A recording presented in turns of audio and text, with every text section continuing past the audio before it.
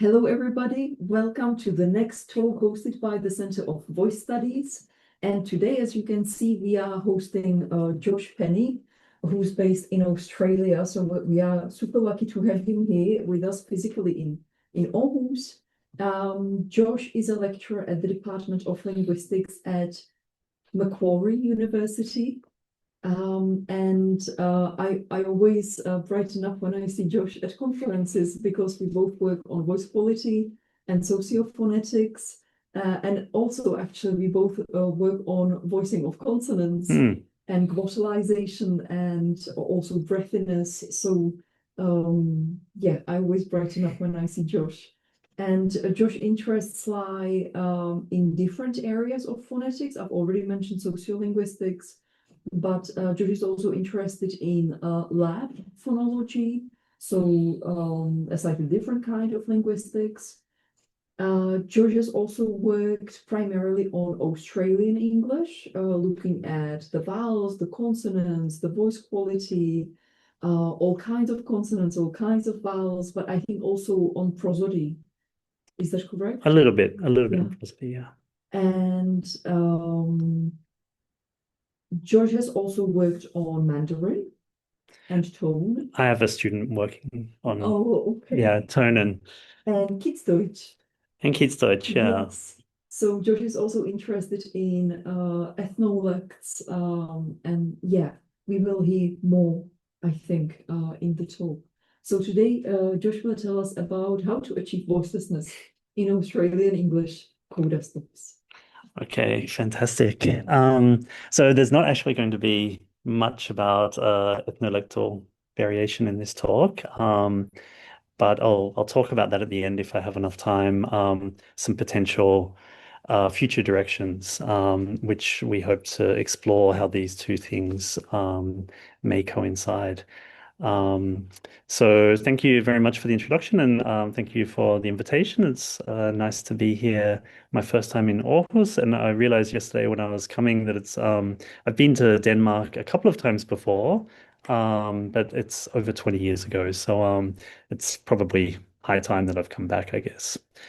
Um, so to start, I'll just give you a bit of a roadmap about what I want to talk about today. Um, Depending on how much time, how long I go off on tangents, I might not get through everything, but I want to start by giving you a bit of background about the voicing contrast in general and specifically in English and Australian English. And as you will see from the title, I really want to focus on the strategies for how we achieve voicelessness in this voicing contrast and specifically about voiceless coda stops in Australian English. And so I'll cover some of the research that has been done on that before. And then I'm primarily going to talk about two analyses, which were two parts of the same study. So one of them is an EGG analysis of voiceless stops, and the other one is an acoustic analysis. And again, depending on how we go for time, I want to add in a little bit about some methodological concerns that came up during the acoustic analysis, which I think are kind of relevant. And then if there's enough time, I'd like to show you just some very preliminary results from another extension of the study that we've been piloting with combined EGG. It says EEG there, but it should be EGG and laryngoscopy, and just to show how that sort of ties in with the larger study. And before I begin, I would also just like to acknowledge these colleagues of mine who you can see there on the screen. Professor Felicity Cox, who I've been working with for quite a while now, Louise Ratko, and with those two, the main study was done. And then Jae Hyung Kim, Diana Dragovic, and Prue Gawley, who are some colleagues in speech pathology who I've been working with on the laryngoscopy side of things. And so they've all been instrumental in this research. So to start with something very basic, very straightforward that I'm sure will be familiar to everyone, I want to start with the idea that in many languages, including English, we have this phonological contrast between voiced and voiceless. So a couple of examples here. We've got certain de and we've got certain z, where one of these two is a voiceless sound or phonologically voiceless sound, and the other is phonologically voiced. And of course, this is very cross-linguistically common in Madison's sample, online sample. He finds that about just over 2/3 of all languages sampled have a voicing contrast. Notably, a lot of languages, Australian languages from the area where I come from, don't have a voicing contrast, but many of the world's languages do have this voicing contrast. And of course, it's mainly relevant for obstruents. There are other cases, but I'm going to for simplicity, then just keep it very basic. We're focusing on obstruents and primarily stops, but also a little bit thinking about fricatives. In the very simplest case, the phonological contrast also corresponds to a phonetic voicing contrast. So I've got two spectrograms here that you can see. These are the words zoo and su. So zoo on the left and su on the right. And you can see that obviously both of those begin with a fricative, same place of articulation. So we've got z and s. But hopefully you can see that we have this evidence of a voice bar, and you can see the striations representing the glottal pulses associated with phonation in the case of the voiced fricative, and you can see in the case of the voiceless fricative that that's lacking. There is no phonation there. Of course, there are other things going on as well. So differences in terms of the intensity, differences in terms of duration, but the primary difference there between these two sounds is phonation or a lack of phonation in the voiceless case. Now, of course, speech is not simple, and so it's very rarely as straightforward as that. And this is particularly the case for stops and for voice stops in particular. So when voice stops occur in onset position, in initial position, as is very well known, very often in English and in other languages, other aspirating languages in particular, there's also no voicing present. So you can see here we have day and tay in these two spectrograms, and you can see that for the initial voice stop, of course, there's no phonation here, and the contrast between phonologically voiced and voiceless is realized through VOT. In coda stops, it's a similar story. That very often, I don't have an example for this, but very often in coda stops, your voice stops will be devoiced or at least partially devoiced, and so the voicing contrast is cued by other phonetic cues, such as the duration of the preceding vowel, or in some cases, something else like glottalization, which I'll be talking about in a lot more detail in a few slides. Okay, so phonetically at least, voice sounds are realized with phonation, which is, of course, the rapid vibration of the vocal folds. And I have oh, you can't see very well in the room, but I have a little video here made with stroboscopy showing that pattern. Of course, it's happens a lot faster than what it appears to look here. Anyway, this is not important. It was just I wanted to put this image in there. But voice sounds are realized with phonation, so the rapid vibration of the vocal folds. And in voiceless sounds, we generally think of them as being realized with the vocal folds spread apart. So as in this example here from John Esling and colleagues' book, where we have this typical spread glottis articulation that would be used for producing in this case a h, so a glottal fricative. And we tend to think of voicelessness as being realized in general in this way. So with the vocal folds open, a spread glottis. But of course, we can also achieve voicelessness by doing the complete opposite and by completely constricting the glottis. And I've got here an example also from John's book of a glottal stop, where we have the glottis, the vocal folds completely closed, And indeed, not only the glottis, but the larynx in general is more constricted. And this also inhibits phonation. So there's no vocal fold vibration in this case either. So essentially, there are two different strategies that can be employed in order to inhibit phonation or to achieve voicelessness. And it's very common for researchers to put these two extremes as the two ends of a continuum of glottal states, which I've got here. So going from most open to most closed. I will make the comment or the disclaimer that it's probably not completely appropriate to have these images from John Esling put together with this glottal continuum, because he is quite critical of it, because it is a simplification, because it's really only focusing on the glottis and not the entire larynx. But it's a nice way of visualizing this, that you have this rather open, what I'm going to refer to as spread glottis, and you have a constricted glottis, bearing in mind that it's not just the glottis, it is also supraglottal constriction in many cases.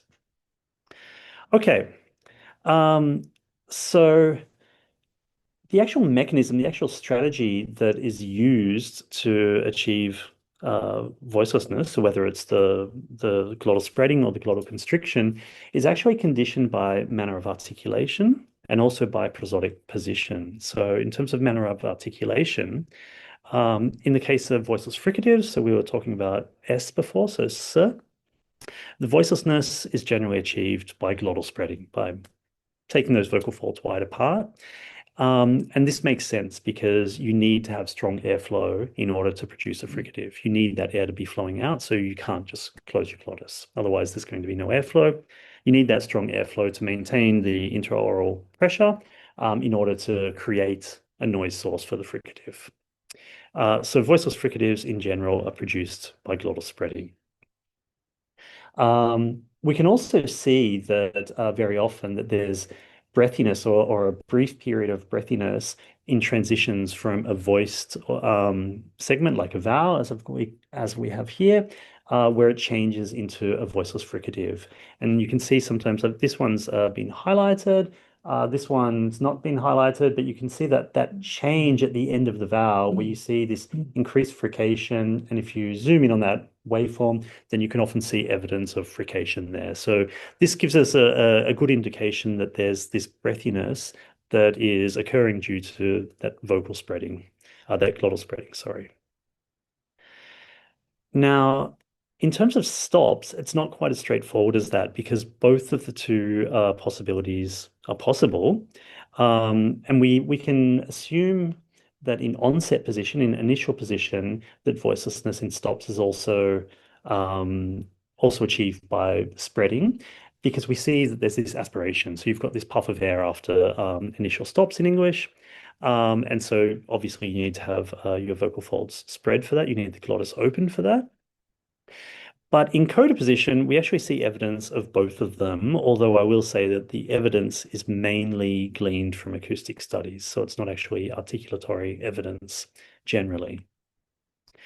So the choice of which strategy is employed it really becomes visible by looking at surrounding segments. And in most cases, that's a preceding vowel. So you can see a change in the voice quality of the vowel preceding the stop. And whether one or the other strategy is employed, you'll see differences in the voice quality at the end of that vowel, so leading into the transition. So in cases where glottal spreading is employed to achieve voicelessness, you often see a period of breathy voice, or you might see some pre-aspiration, or you might see some spirantization, or what's sometimes called fricativization, I guess. So a fricated stop. And this sometimes occurs in voiceless coda stops in some English varieties. I've got an example here from Misha's PhD dissertation, actually, which is a nice visualization of it. So here we have a coda stop, you have the vowel, and then you have this period of breathy voice where there's still phonation happening, but it's increasingly breathy going into that stop closure. And so this is some evidence that that what we're seeing is glottal glottal spreading, evidence of glottal spreading for achieving voicelessness there. There are some things that may complicate that, but I'm not going to go into those in too much detail now, but we can talk about those after if people are interested.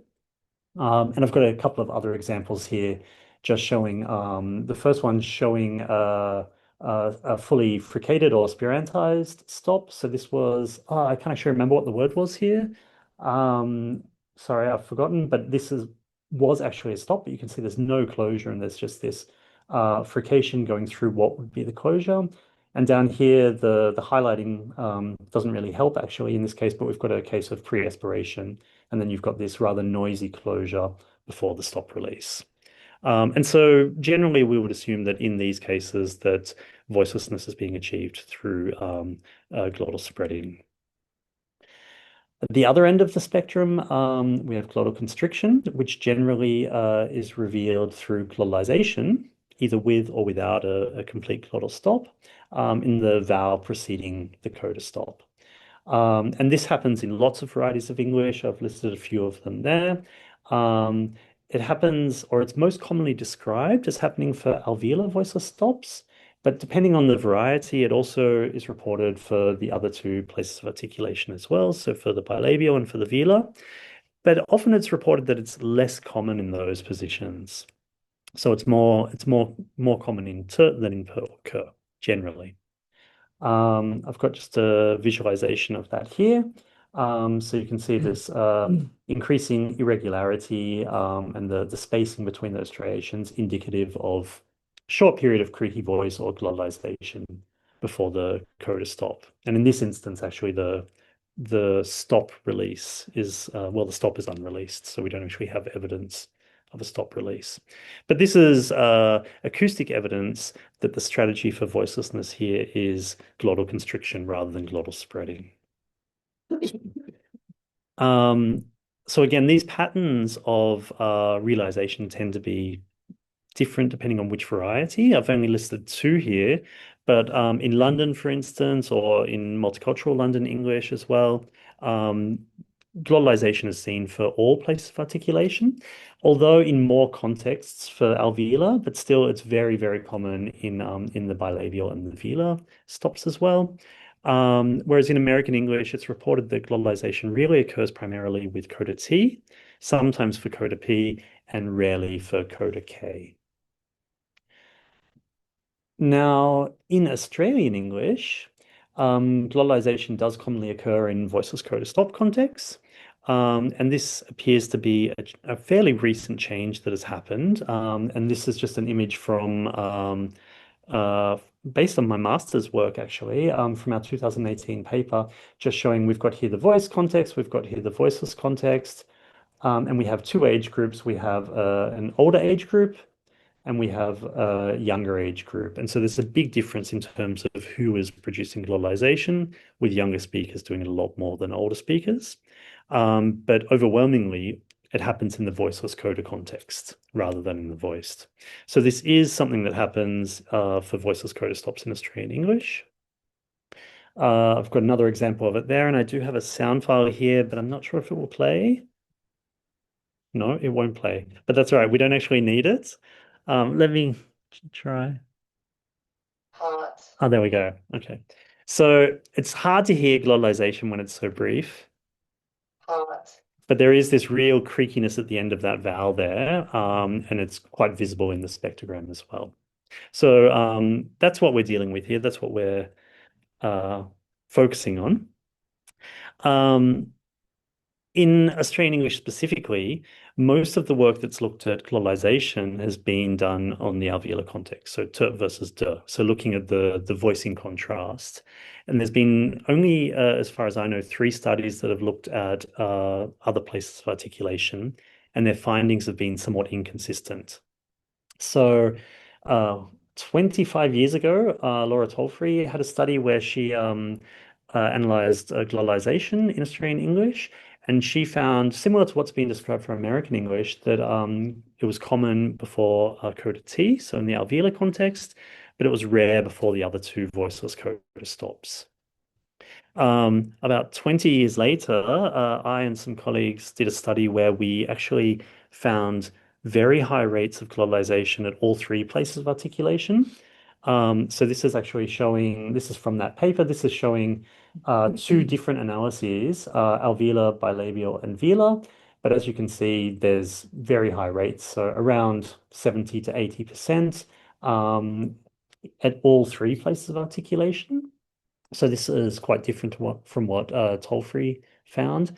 Although I have to say, in this study, we were looking at trochaic words, and it was in the unstressed syllable. And these were words in isolation. And I'll come back to that towards the end of the talk. And some colleagues of mine from Macquarie also looked at it was operationalized as IPP, irregular pulse phonation, but it was also looking at CVC words in adults and children, and they also found similar rates of glottalization or IPP at all three places of articulation. So there's a little bit of inconsistency there in the few studies that have been done with regard to place of articulation.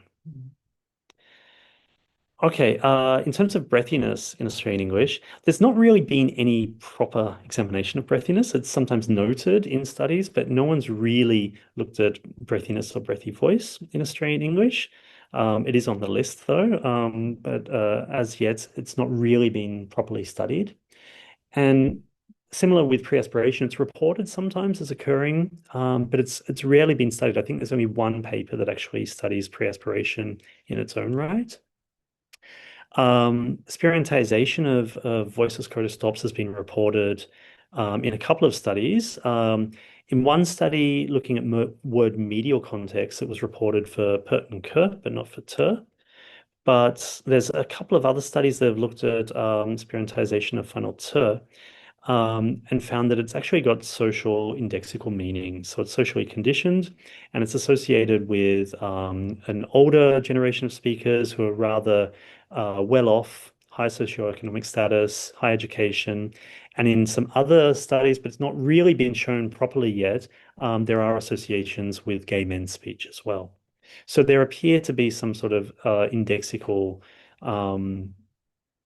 qualities for spirantization of final T.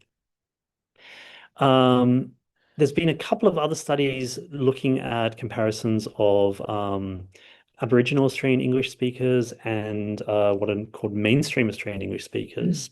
I won't go into this in too much detail, but one of the big findings is that the stops were categorized into two groups, so breathy variants and glottal variants. And the breathy variants were either aspirated or affricated, pre-aspirated or spirantized. And the upshot of these studies for today's talk is that there were differences between the indigenous and the mainstream speakers in terms of more breathy variants in the mainstream speakers. And these speakers were all from rural communities, so they weren't from the large urban centers in Australia. And so there is kind of this indication that there might be some sort of difference there linked to ethnicity or linked to the rural-urban divide as well.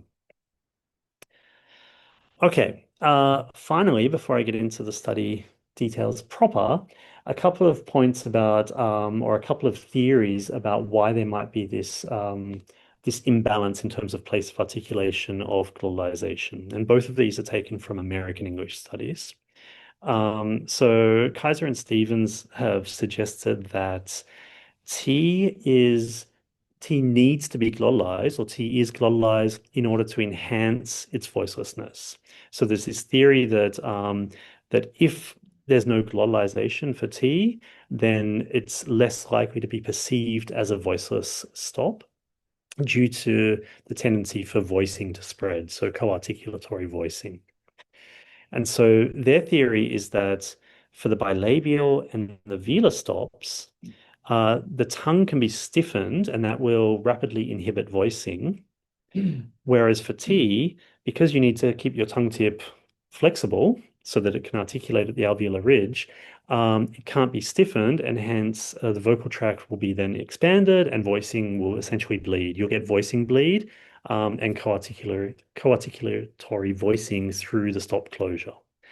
And so they posit that the addition of this glottal constriction there enables that voicing to be rapidly stopped, and therefore that's why this happens for T and not for P and K, because there's no articulatory need. Now, they also talk about final position where they say that this happens for all of the stops. We won't talk about that too much at the moment. A couple of issues with this is that it doesn't actually explain why in American English P is sometimes glottalized, not as much as T, but it is still fairly regularly glottalized. And it also doesn't really account for other varieties of English, like British English, where we see glottalization across all places of articulation. And we'd assume that if you needed enhancement of voicelessness, then that would also occur in other English varieties as well. And finally, with regard to this point, as far as I know, this hasn't actually been tested, this tongue stiffening. So it's based on a previous study that was studying something else, and it was a very small numbers. And so it's a claim that's been around for quite a while now, but it actually hasn't really been properly tested yet. Okay. Another claim for why this happens, or slightly different claim for why we see this imbalance in place of articulation, comes from Scott Seifarth and Mark Ehrlich more recently. And they claim that actually all voiceless stops in American English are realized with a glottal constriction gesture. So they say that glottal constriction is the default for achieving voicelessness for p, t, and k. But the reason why we see this imbalance is because you only see acoustic evidence or perceptual evidence of glottalization if the oral gesture, so the tongue tip gesture, is lenited or misaligned with the glottal gesture. And they base this on evidence that in American English, the alveolar voiceless stop is lenited more frequently than the bilabial or the velar. So that's the other suggestion that's out there. Again, a couple of issues with this. It doesn't really explain why then we sometimes see breathiness or pre-aspiration if the default gesture is constriction rather than spreading. It is specifically claimed in their study for American English, and they do note that this is probably not universal. And they do refer to British English varieties there as well.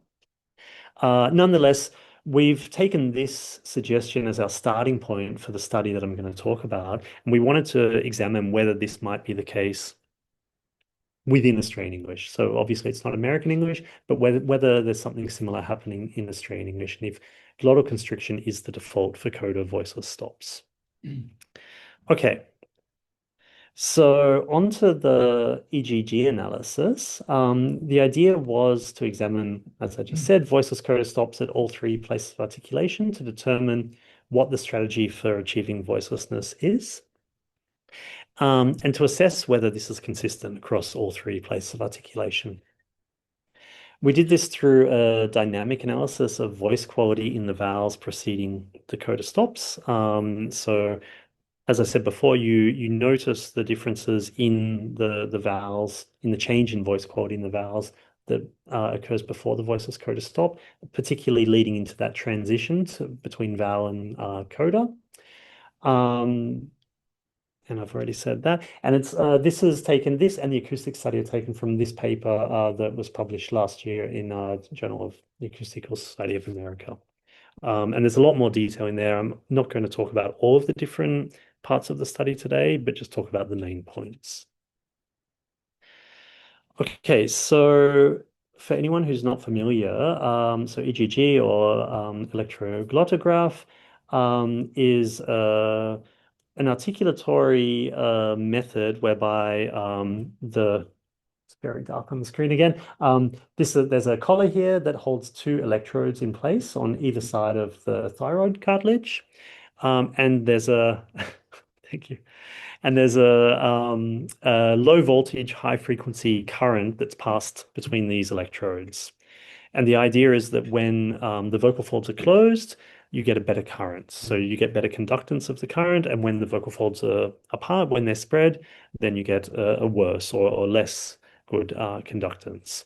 And so you can see in this plot here, this LX trace from an EGG, that when there's contact or closure, you get this strong current, and then when the vocal folds open, you get increasingly less good conductance, and then again for the next closure, and so on and so forth. So it gives you an indirect measure of vocal fold activity. The good thing about EGG is that it's non-invasive, so it's fairly easy to do, and people tolerate it well. We recruited 16 speakers. They were balanced males and females. We actually had a few more speakers, but some of the data we had to discard. I won't go into that now. They were all relatively young adults, all monolingual English speakers, and they were all Macquarie University students. So this is a kind of a young mainstream Australian English, relatively middle class cohort. We had them produce CVC monosyllables with a couple of examples here, like parp, part, park, pass. So they're all CVC. The onset sounds varied, but they all had either a high vowel E or a low vowel R as the nucleus. And then obviously they had the PTK, the PTK codas. And we also included voiceless alveolar fricative codas as a kind of control, because we expect that voicelessness is achieved here through glottal spreading, and so we wanted to be able to have that as a control variable. I will just mention that we did have a mix of non-words and real words here as well. We can talk about that later if anyone wants. But yeah, they certainly weren't all real words, but many of them were. So the words were elicited in carrier phrases. So we had them say something like "say part now" one more time. One intonation phrase with the accent on the word following the target. So it was either long or now. So either both of them sonorants, because these following sonorant contexts are shown to facilitate glottalization. So it's more likely for glottalization to occur in these contexts. And we had all up with repetitions, 124 items per participant. There were a bunch of data that had to be excluded. I won't go into that now, but we had a good amount of data collected for all of the different places of articulation. So obviously with EGG you get your audio and you get your EGG trace. They're synchronized. I won't go through all of these details in too much detail. We force aligned the data, corrected the boundaries. Importantly, we estimated the open quotient, which I'll explain in a moment, across the second half of the vowel. So we're really interested in that transition between vowel to stop or vowel to coda. We used James Kirby's Pratet scripts or set of scripts to analyze the EGG data. And one of the measures that gives you is the open quotient. So the open quotient is the percentage or the proportion of each cycle that the vocal folds are not in contact. So I shouldn't actually say that the vocal folds are open, it's that they're not in contact, but essentially that they're open. And the important point for what I'm going to show you in the results is that a higher OQ, higher open quotient, is indicative of a breathier voice quality, and a lower open quotient is indicative of a more constricted or creaky voice quality. And I've got here just a little schematic showing, so this is one glottal cycle with the EGG, so closure, opening, and then that's the next closure. And so this is the point that's the open, or where there's a lack of contact. And so you're basically dividing this by the entire cycle. So you'll have a larger opening section when you have a breathier voice. So the folds are spread or they're apart for longer. We used a method to determine OQ, Howard's method, which I won't go into the details in too much, but basically there's a threshold for determining the precise point where opening is identified. There's a few different ways to do that. We chose this one. And in all of the plots that I'm going to show you, OQ and the other acoustic measures have been Z-scored within speakers so that we're looking at variation within a speaker. So we modeled these with GAMs. Again, I won't go into the details there. Happy to talk about it later. The code's there. The code's all available online as well if you're interested in looking into that. And I'm going to jump straight into the EGG results. And now looking at GAMs, and especially when you have complex interactions, the actual coefficients are not that informative. So here, I'm just going to show you the overall plots. I do also have the different visualizations of different pairwise comparisons, and I can show those at the end if anyone's interested. I'm going to show you first just these plots. Now, the colors are a little bit hard to see, but basically the blue is our S, so our fricative. And you can see that we've got a clear rising trajectory. So we're going here from 50% of the vowel to the end of the vowel, so right before the closure begins. And I remind you that higher values indicate more breathiness. So for S, as expected, we get increased breathiness, indicating glottal spreading. And for T, which is in gray here, we actually see a decrease, so indicating increased glottal constriction. Okay. What we didn't necessarily expect was that in both, sorry, I didn't say this is two different vowel contexts, so the R and the E, but I'm not really going to talk about vowel differences.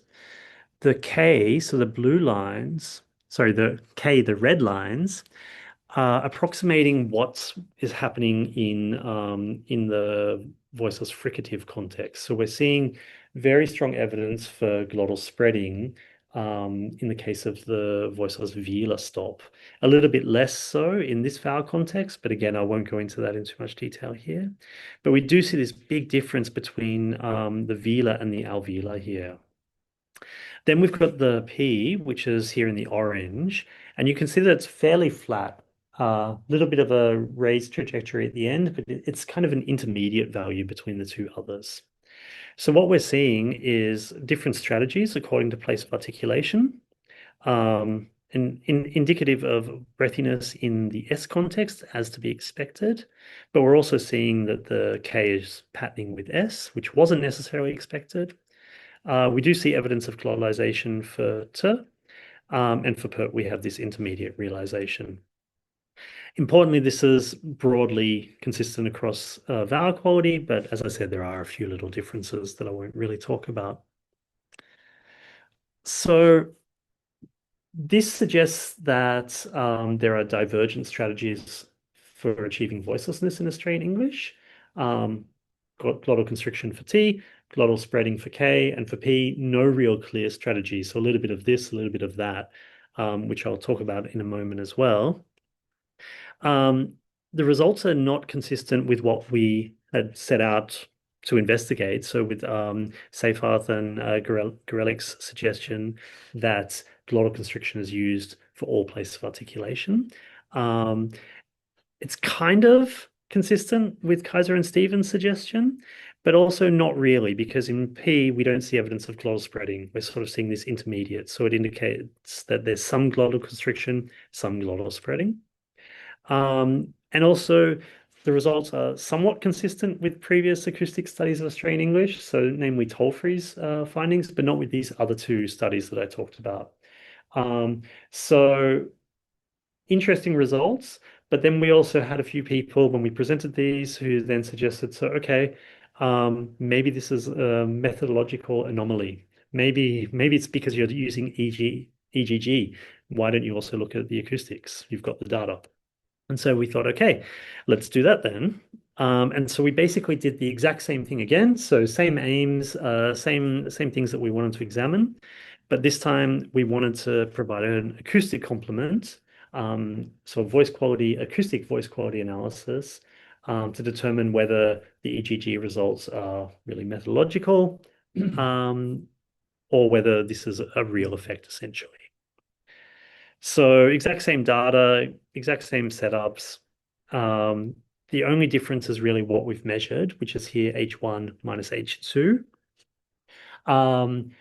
Now, I'm sure most people know what H1 minus H2 is. I did have a nice image that hasn't come up, but it's the difference between the amplitudes of the first and second harmonic. So it's a measure of spectral tilt. Importantly for the results is that if you have breathiness, you expect higher values. If you have creakiness or constriction, you expect lower values. So similar to with OQ. Oh, there's my image. Um, and again, so we've done this with voice source. H1 minus H2 is also Z scored. And I won't go through all of that in detail because I'm running out of time. Now, if you've worked with voice quality measures, you might have noticed that I said H1 minus H2 rather than H1 star minus H2 star. There is a reason for this that I probably won't have time to come back to, but we can talk about that in the discussion maybe. But there is a reason for it, and it is kind of an important consideration. But I'm just going to skip over the next slides and jump down to the results.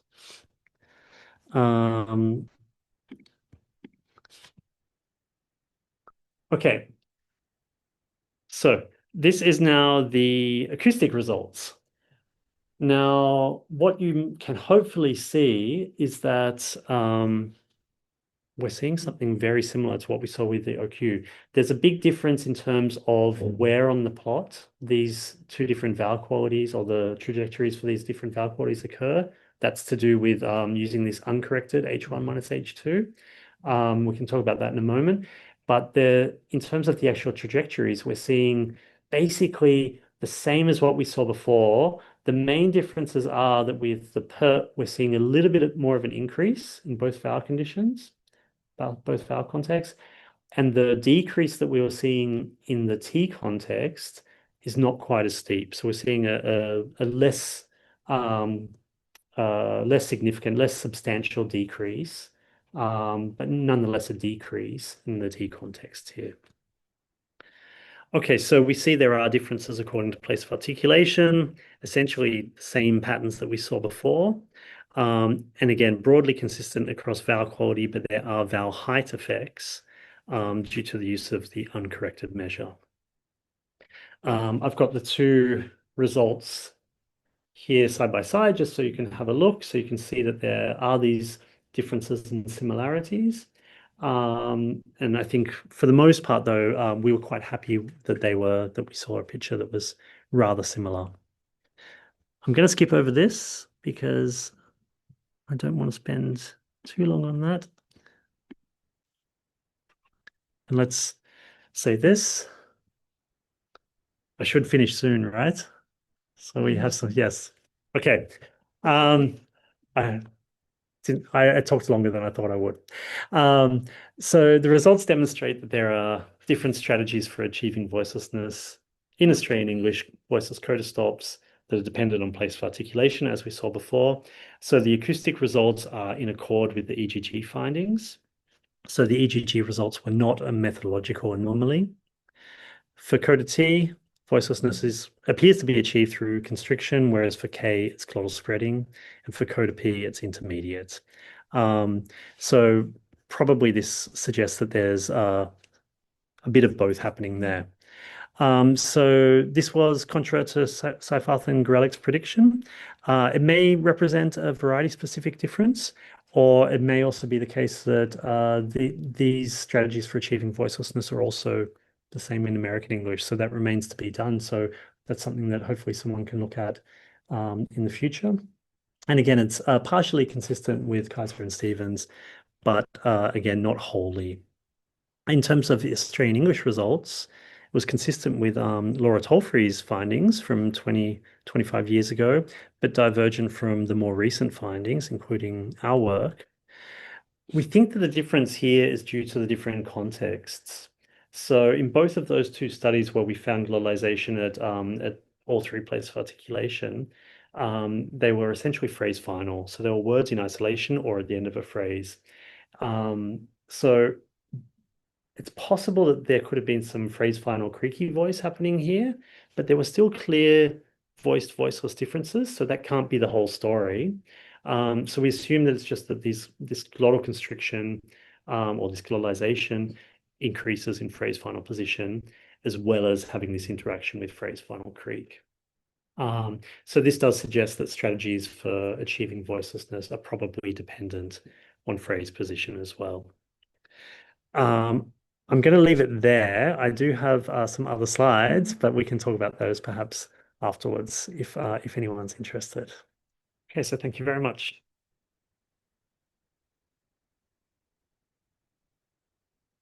Cool.